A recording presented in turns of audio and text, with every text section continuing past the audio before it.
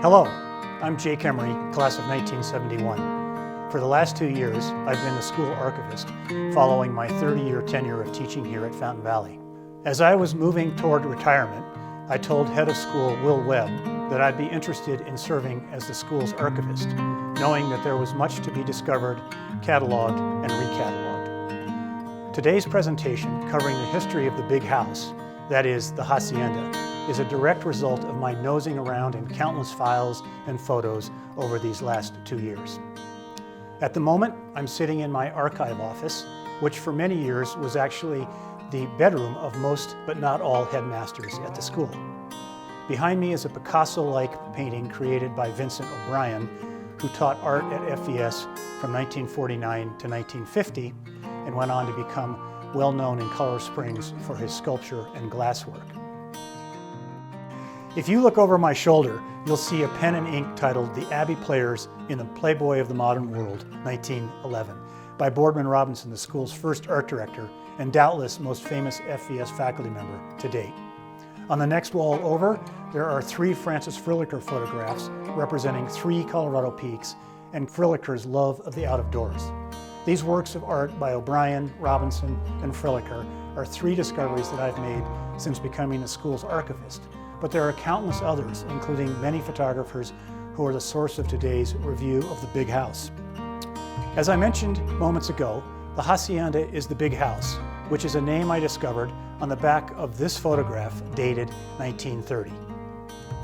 What I also learned in researching the big house is that there are more photographs of it and its various features than any other building on campus. The tower, the patio, the Casa Serena entrance, and the windmill, just to name a few. Add to this the wide variety of photographers, ranging from important regional ones to former faculty members to alumni who have created images of the Hacienda, and the architectural history of the big house becomes even more interesting, reinforcing its iconic stature in the school's history. Before we look at the big house in greater detail, let's put the location of the Hacienda in some geographic context. Present-day FVS sits on 1,100 acres on the western edge of Colorado's eastern plains, which were originally inhabited by the Native Americans, including, as you can see from this tribal map, the Ute, Arapaho, Cheyenne, Kiowa, and Comanche. The Sand Creek Massacre in Colorado in 1864 signaled the end of the Native American nomadic life on the eastern plains. By 1876, the great buffalo herds on which Plains Indians lived had died off. Native Americans were increasingly resigned to conforming to Anglo-European culture, and Colorado moved from being a territory to a state.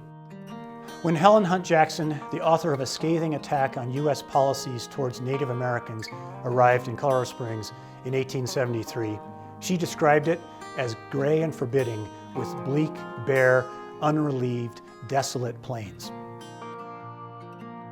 And in this 1880 photograph of Cutler Hall, Colorado College's first building, one can feel Jackson's descriptive words of the eastern plains.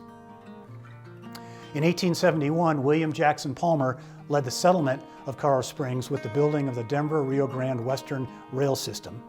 But by 1915, Spencer Penrose represented the next generation as he developed and promoted the Pikes Peak hill climbs, the Broadmoor, the Cheyenne Mountain Zoo, and for a time, Colorado Springs as the polo capital of the world. This moniker is significant because raising polo ponies is what brought Jack Bradley to the eastern plains of Colorado and to the eventual creation of the big house circa 1926.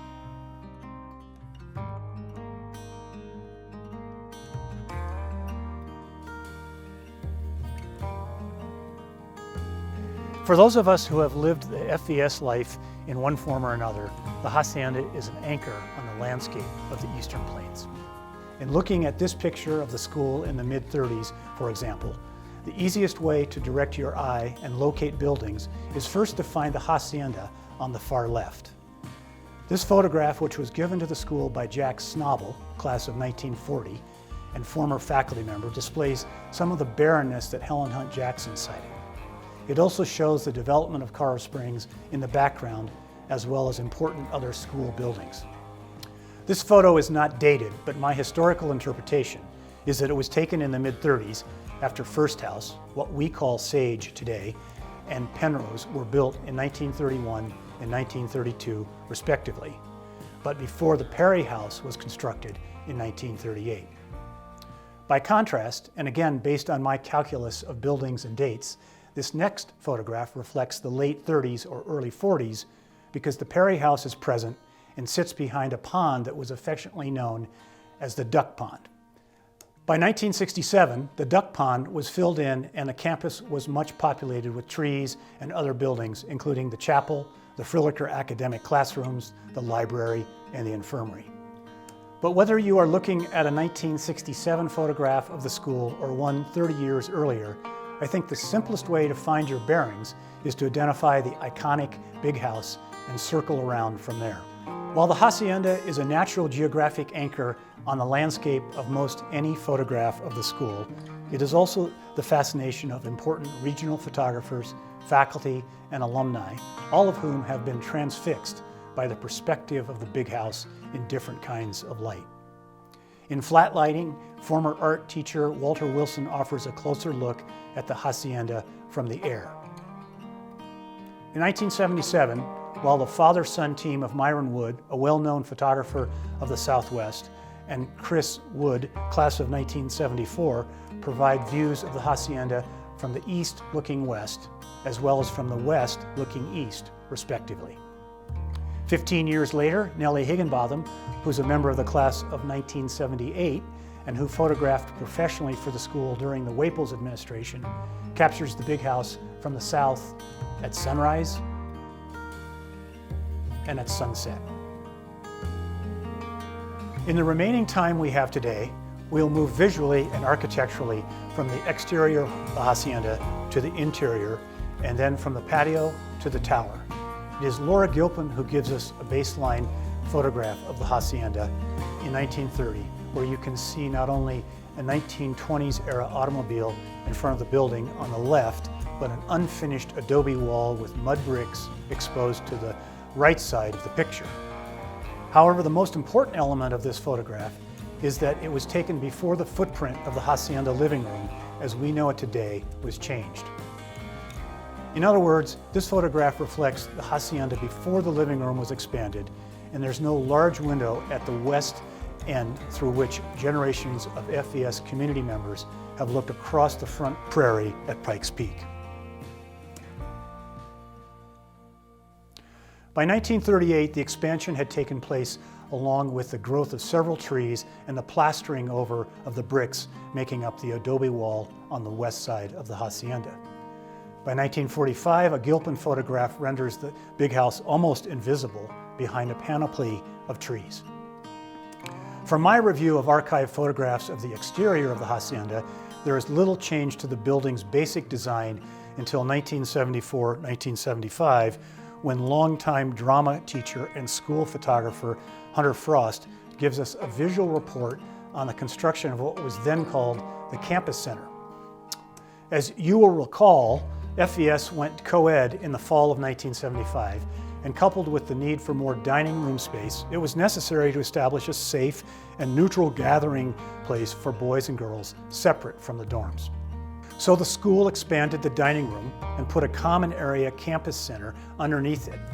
In 1974, Mike Collins, class of 1956, had designed the campus center underneath the dining hall expansion, and in 2009, he once again provided the vision to expand the dining hall with an addition on the west side of the building.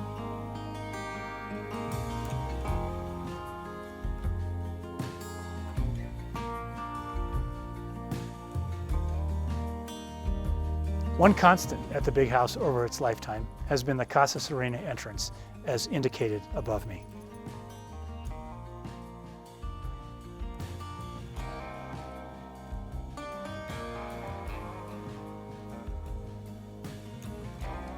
Moving further into the Hacienda itself, we should recall that Jack Bradley purchased the Lazy Bee Ranch in 1926, and a year later hired Addison Meisner, a Florida-based architect, to build the Hacienda. Jean Miller Mariner, a former science teacher at FVS and author of Architecture at Fountain Valley School, 3 Representative Styles of Regional Architecture, tells us that Meisner's Hacienda is a combination of both Palm Beach and Southwestern style architecture characteristics. Coupled with Southwest Pueblo style characteristics of vigas, simple facades, and stark exteriors, Meisner added Palm Beach or more lavish elements including kidney warmer fireplaces, iron grill work, and tile work on the floors and bathrooms. In the original Hacienda living room, as photographed by Laura Gilpin, one immediately can see some of what Jean Miller describes as Meisner's style. That is, the ironwork of the hood over the fireplace. When the Hacienda was expanded under the direction of John Gall Meem, a Southwestern architect rooted in the more simple Pueblo-style design, the vigas are replicated, but the ornate metal hood over the fireplace was removed. Yet other central Meisner characteristics, including ironworks, remain just as evident in the photographs by former First Lady and faculty member Liz Knox. In this 1977 photograph, Hunter Frost captures both the blended ironwork and viga characteristics of the Hacienda, while Myron Wood's 1967 photograph looking into the Bradley dining room reflects the Meisner tiled floor with an ironwork candle holder in the corner next to the traditional arched entry of the adobe-style architecture. At the same time, in the following photograph from the headmaster's apartment between 1930 and 1950, one can see the viga theme, the solid wood doors that serve as interior shutters for the window in the far corner, and a slice of the kidney warmer fireplace on the far right of the photograph. The shutters and the fireplace, coupled with the tiled headmaster's bathroom, are Meisner characteristics, and all of these features, including the Pueblo-style vigas, are very much a part of the office space I inhabit today.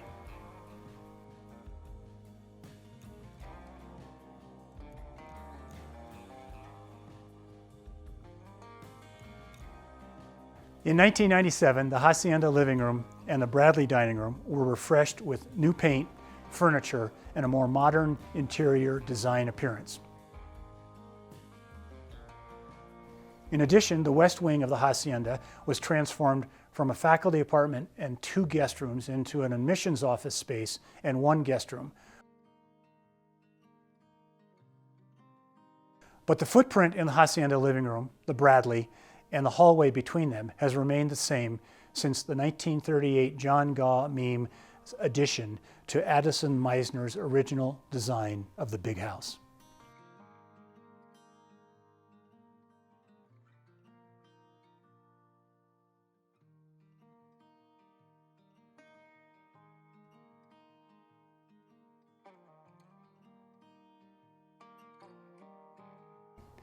On the other hand, the Hacienda courtyard and garden have changed over the years, not in footprint, but in appearance due to weather and shifting use patterns. Images that confirm the familiarity of the Hacienda courtyard include a Laura Gilpin 1945 image from the south through the gate,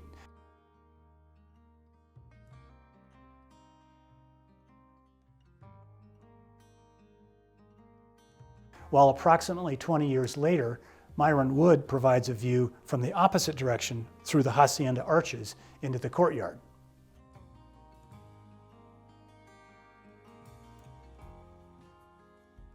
Hunter Frost also gives us a 1983 perspective of the west side of the patio looking north from the guest room that nearly replicates what one would see today.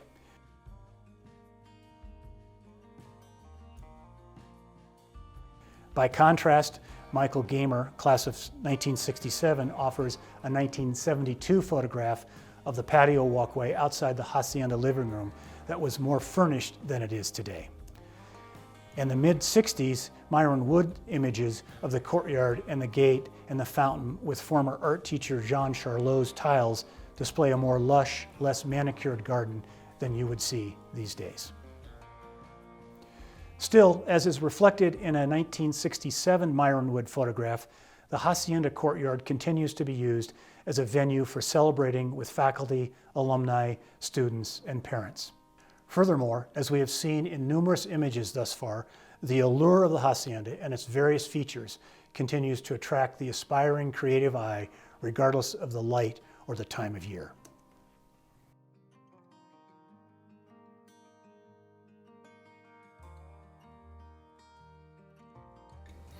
When my wife and I had the good fortune to live in the former headmaster's apartment in the Hacienda after Jack Creedon and family moved to the newly constructed Howe House, the head of school home officially anointed in 2002, we were dumbstruck by the attraction of the Hacienda Tower. In the 8 years we lived in what became known as the Hacienda apartment, it was not uncommon during alumni weekends for some combination of alumni to ask for access to the tower, or sometimes just to walk in and start heading up the stairs. Over the years, flags have been flown from the tower, and on one occasion, the tower was badly damaged by lightning. But its iconic presence since its construction in the Addison-Meisner era, its beauty in any season, and its mystery, in that it does not have the accessibility of the Hacienda living room or courtyard, all make the tower an irresistible attraction for some. In all candor, the rooms that have been constructed in the tower over the years are rather pedestrian, but the light that hangs over the steps leading up to the tower rooftop is classic Meisner ironwork and is a reminder of the Hacienda's ranching origins, as well as its southwestern architectural design that's been modified, carried forward, and celebrated over the last 90+ years. Thank you for joining me on this photographic journey into Fountain Valley School past. Even with all the changes made through the years, this historic piece of architecture remains one of the most iconic structures on campus. And without a doubt, in my mind, 91 years from this day, it still will be. Thank you.